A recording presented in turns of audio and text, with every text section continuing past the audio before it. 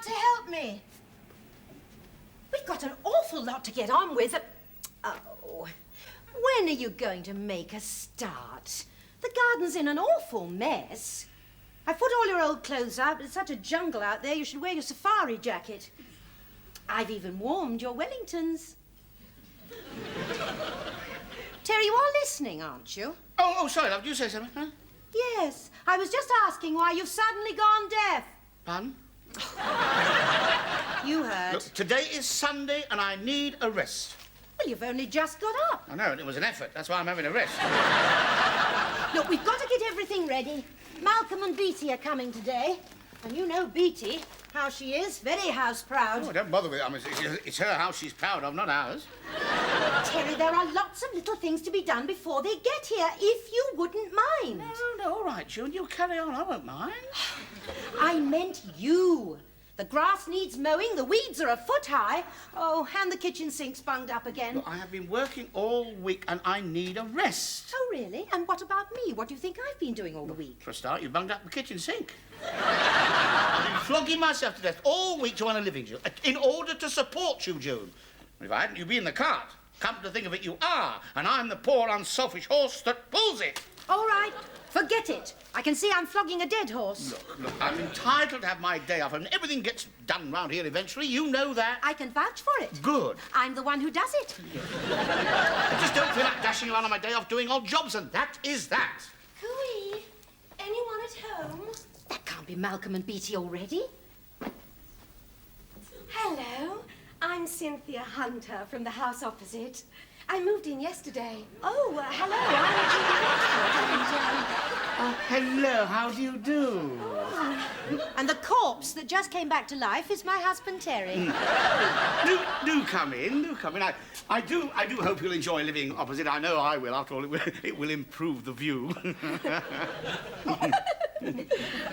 Well, your front door was open. I did knock, but you didn't hear me. And then I heard you arguing. Arguing? Oh, no, we weren't arguing. Were we, dearest? Oh, no. June sometimes does, but I never bother. Well, I'm sorry to barge in like this, but I've got a bit of a problem. You see, I live on my own. I'm divorced, and, well, the problem is I need a man. I wonder, are there any fellas I owe a favour to, darling? Oh, no, I meant that, well, I was wondering if I might borrow your husband. Oh, yes. May one ask exactly what you want to borrow him for? Well, I've just moved in and there are one or two odd jobs that need doing and I can't manage it by myself. Oh, that's no problem. I've got absolutely nothing to do. I mean, I'll come over right now. Be a pleasure. But, isn't this your day of rest? Oh, come now, June. There's no need to take that attitude. Well, after all, you have been pulling me around in a cart all the week. Well, I'm sorry to interrupt. I'll manage somehow. No, I wouldn't hear of it, for heaven's sake. What are neighbours for? I'll just pop over the road for a bit.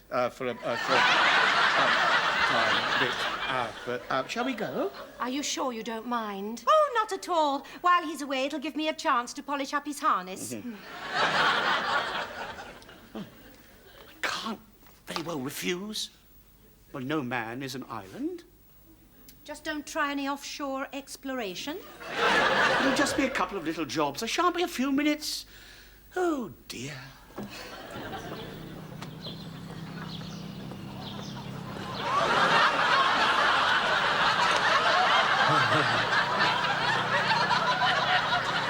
Terry, you are.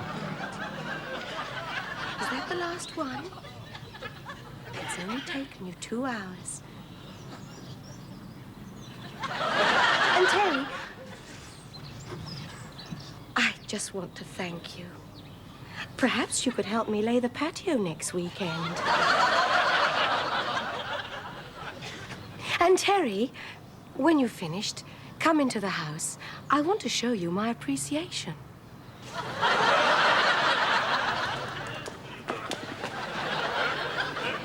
Oh, yeah.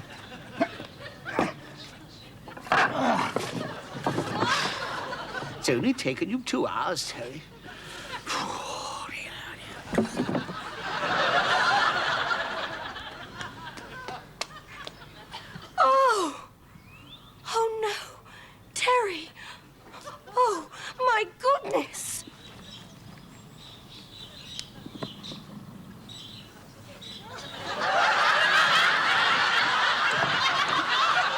Cynthia, what are you doing? The kiss of life. I think it worked. I first aid tasted so nice. Oh! Oh, I've got cramp. Here, let me see. No, it's like... Oh! Oh, just relax. I know what I'm doing. I used to be a nurse. Men's surgical. You're not going to cut it off, are you? This leaves it. Oh, that's better. That's better. Yeah, keep going. Hello? Anybody home? Terry? No, not up there, Cynthia. I'm ticklish up there. Must be one of your erroneous zones. I think it must be. Cynthia, take your hands off. Oh, keep still. I can't do it if you keep moving it about. Terry? Hello, June. Oh! June?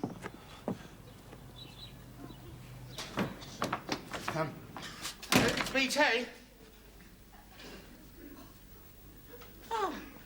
Ah, there you are. You're annoyed, aren't you? Well, it's not how it looks, you see. I had to shift these 2 ton of paving stones, and I got cramp in my leg, you know. And Cynthia, or Mrs. Hunter, as I call her, she. Did you know she used to be a nurse? No, I didn't know either. And she gave me a treat. Gave me the treatment. She treated. You are listening, aren't you? Did you want something? Yes. What? A fair hearing. After all, marriage is based on trust, isn't it? Yes, I trust you enjoyed yourself. I went over there to help out like a friendly neighbour, and you jumped to the wildest conclusions. And what's more, I've still got Lipstick all over your face. Well, she gave me the kiss of life. For cramp? No, she thought, look, there was no need to come creeping over there after me anyway. I mean, you know me, I wouldn't be swayed by the attentions of another female. I came to fetch you, Terry, because Malcolm and Beatty will be here any time now. Oh, then, why now? Why did you have to invite them anyway? I didn't. You did. At the Johnsons' party. After Beatty got a bit tiddly and kissed you in the hall, I think that's what swayed you, Terry. Yes, sometimes I can read you like a book. Yeah, but when you read a book, I mean, you skip the parts you don't like, but with me, you dwell on them. Well, you did invite Beatty. Well, all right. At least she's sympathetic. I mean, she doesn't argue with Malcolm, and she sees the best side of him. I mean, that's why they get on so well together.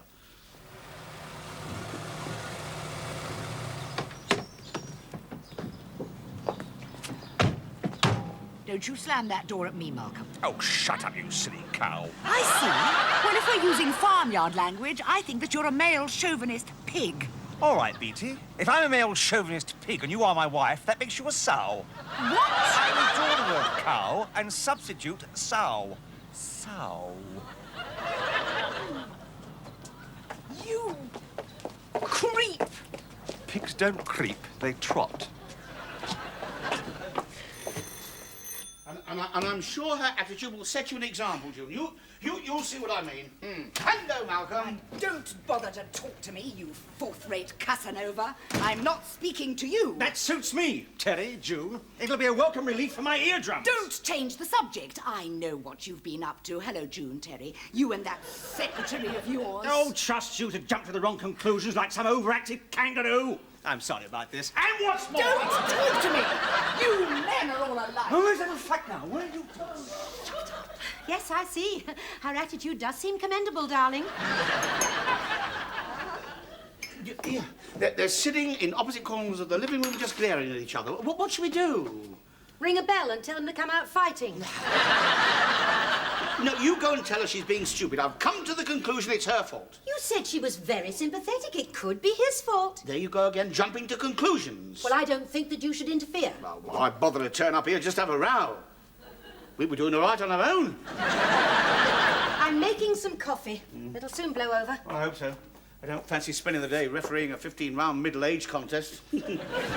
I'm worn out as it is.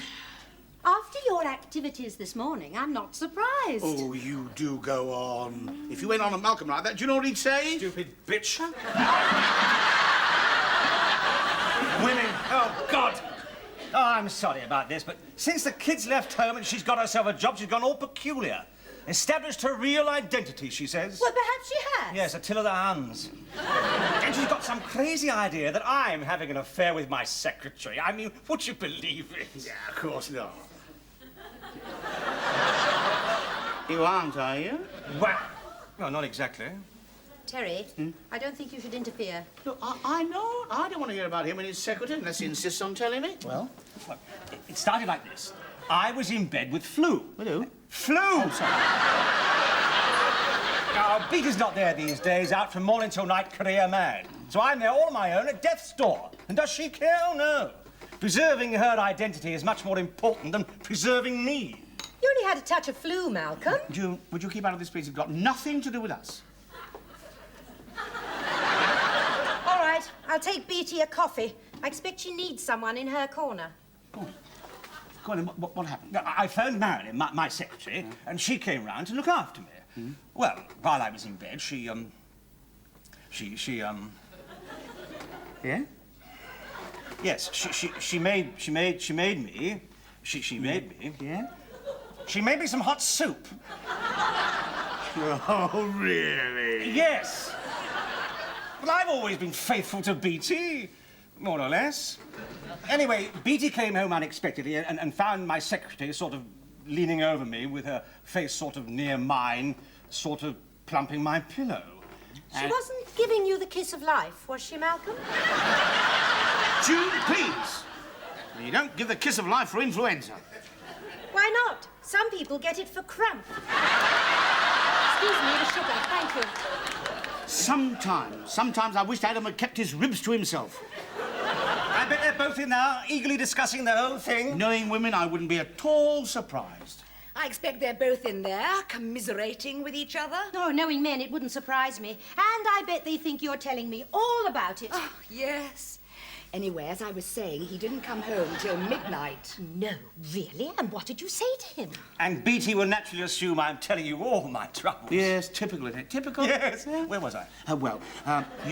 You came home at midnight and she was waiting up for you. Then what happened? Well, I asked him about the smudge of lipstick, and he said because he had a cold, he had chapped lips and couldn't find anything else to put on them. And he expected you to believe that? And Lord knows why, she wouldn't believe me. Disgusting. That's what she said. Did he say where he'd been till midnight? Stock taking. We had to work late. I mean, it was quite innocent. Well, I know, for heaven's sake. Of course I know. You know, Malcolm, I've often thought that I'd make a very good marriage guidance counsellor. Perhaps I can get through to her. Perhaps if I had a word with Malcolm, he'd listen to me.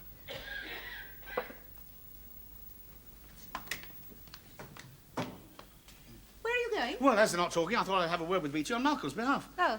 Where are you going? Just to have a word with Malcolm on Beatty's behalf, But excuse me. now who's interfering? Ah, yes, but I've had so much more experience dealing with difficult husbands, haven't I, darling? Why, you've been married before? You know what I mean. Malcolm is being a pain. Oh, it's her, and all this new identity bit. And Malcolm has not been at all well lately. My information is that he was putting it on. Oh, don't be ridiculous. What man would deliberately lie in bed all alone just pretending to be ill? A man who'd arranged for his secretary to call round. What a flaming cheat. Malcolm has always been faithful to Beatty. Oh. Well, more or less. And what about the night of July the 3rd when he and his secretary were out until midnight? On July the 3rd, they worked late stock-taking. Oh, and you expect me to believe that? Why not, unless you've got a nasty, suspicious mind? Don't change the subject. I know what was going on. Oh, trust you to jump to conclusions like some overactive kangaroo, and it wouldn't be the first time today either. Don't you talk to me like that, Terry. You're behaving like a male chauvinist pig. Oh, so now I'm a pig. Oh, June, don't go on to him like that. He's only trying to be helpful. Thank you. I've had one example of his helpfulness today. Yes, and it was typical of your behaviour, so who are you to interfere? If I'm interfering for him, he can interfere for me. Don't you shout at me, Terry Medford. Terry wasn't shouting, Beatty. Oh, yes, he was. Oh, no, he wasn't. Oh, yes, I was. Keep your voice down. You and him them are two for a pair. So are you and your new bloody identity. Thank you. End of round 2. And presuming that I'm not preaching to the unconfirmed, I think that you should deal with your problems like responsible adults. Here. Would you mind shutting up? Thank you, Beatty. Terry, I really don't think that we should get involved. Oh, why not? I mean, they decided to come in and spend the whole day having a flaming row. Beatty hasn't seen much of me lately. It's the first chance she's had. Look, all we need to do is to deal with this with ordinary, sensible marriage guidance. If you all stop interrupting. Now then. Presuming they want to patch it up. Well, do you? Oh, yes, if she'll be a bit more reasonable. Beatty? Yes, I suppose so. After all, I have given him the best years of my life. What do you want, a receipt? Look.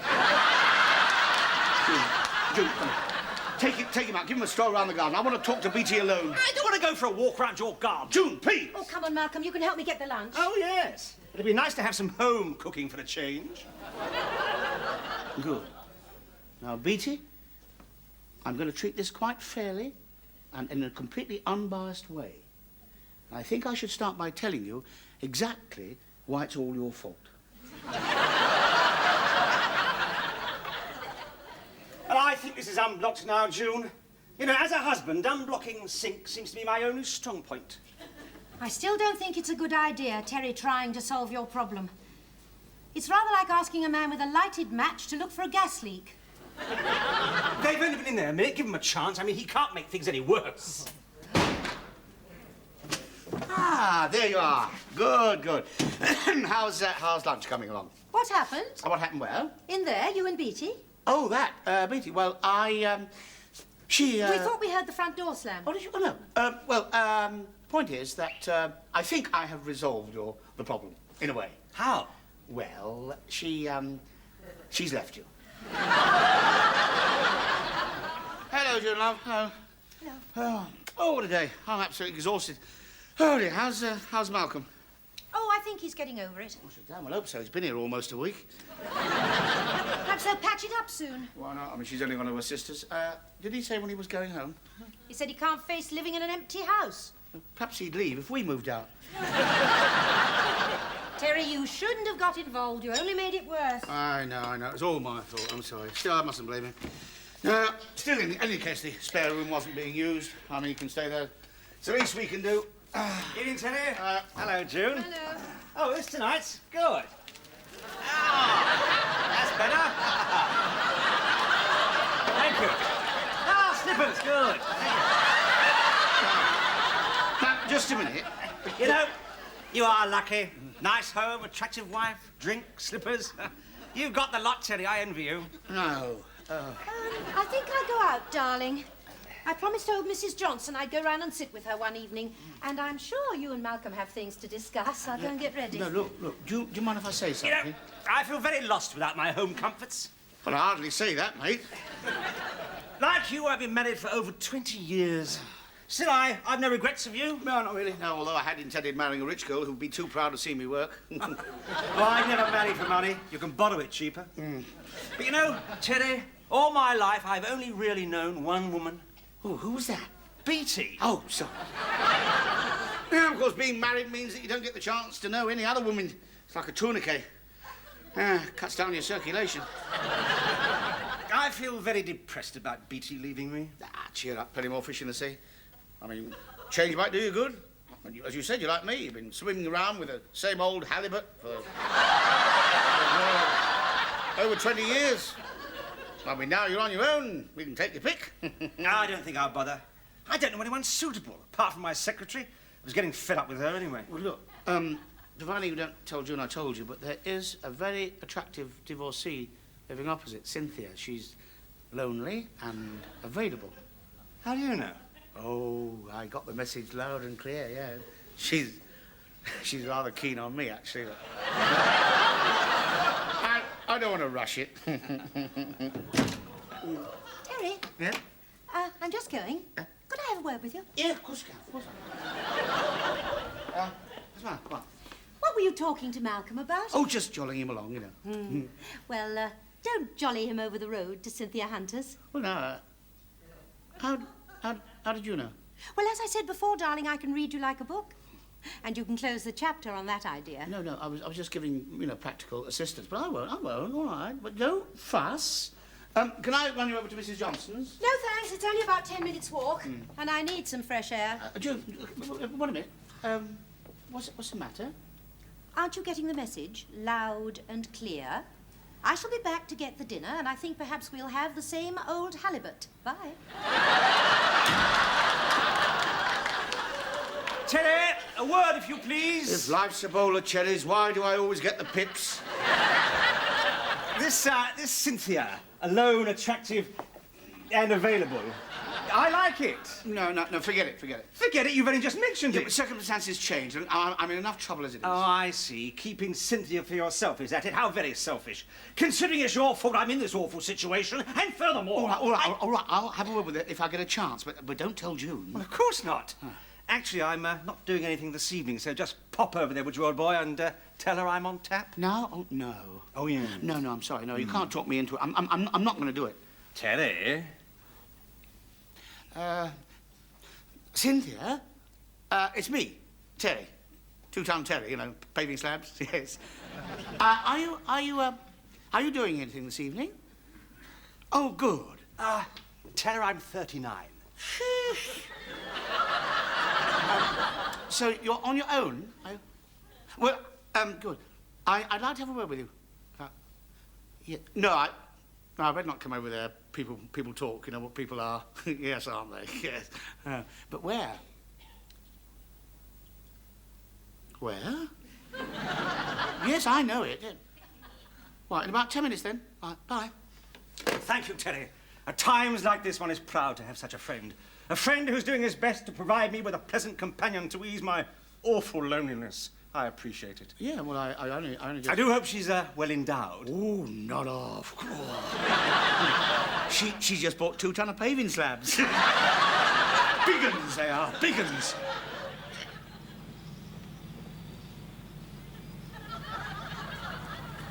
Terry! Cynthia. This is the only place I could think of. It's rather exciting, isn't it? Yeah. Now, Cynthia, I want to ask you a question. Yes, Terry, what is it? No, it's not going to be easy.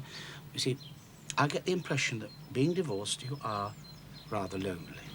Yes, I am. I'm glad you phoned. Yes. Now, how would you feel about a man about my age whose wife doesn't understand him? In fact, his wife has left him. Oh, I don't know. It all depends. I'm speaking hypothetically. Of course you are, Terry. Yes. Well, I have this friend. This friend? Oh, yes, I see. Yes. And this friend is in the same boat as you are. And he knows that you are an attractive and sympathetic person. That's very nice of you to say so, Terry.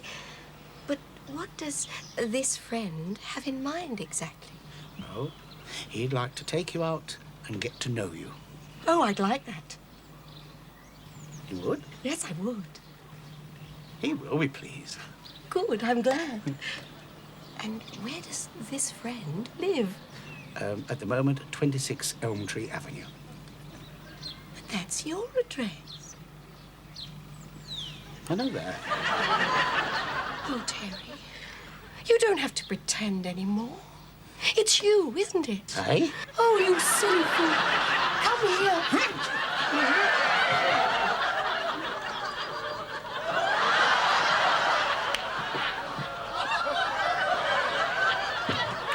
Cynthia! Terry!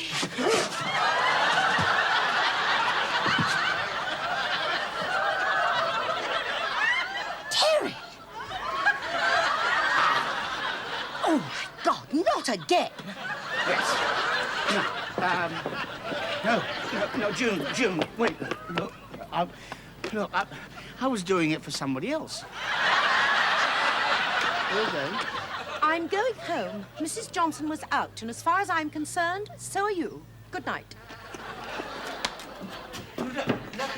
Look, it was Malcolm. I was trying to arrange an introduction. In the corner of a bus shelter? Well, I didn't want anybody to see me. I mean, you might have thought I was up to something. I saw what you were up to. No, look, it was for Malcolm. It was Malcolm's idea. Malcolm will confirm that I'm telling the truth. No, Malcolm, I want you to tell... Hello there. What? Beatty's back. We've made it up. I apologized. Oh, that's marvellous. Yes, I decided he's still a pain in the neck, but I can't do without him. Sorry to put you to so much trouble, June. Oh, it's been a pleasure. Me and the old battle axe are leaving immediately. Yes. No. Malcolm, I want you to tell June. It was your flaming idea. Well, we got together again. No, actually, it was Beatty's, old boy, I'm proud to say. We'll see ourselves out. Bye-bye. Thanks for everything, both of you. Malcolm! Well, I mean, he couldn't say anything in front of Beatty, could he? And, I mean, you know me. I'll do anything for anybody. I'll go mow the lawn and do the weeds and mend the garage roof before it gets dark. You're not thinking of leaving home or anything, are you? Good. I better make a start. Oh, June, no. Don't be like that. Say something. All right, I will. Go on, then. You won't mind if I do. No, you're probably going to say that as far as Cynthia's concerned, I'm completely innocent. You're jumping to conclusions again, Terry. I'm sorry. I'm sorry, yes, I am. Go on, then, what is it? The kitchen sink's bunged up again. One unbelievably unbunged sink coming up, darling.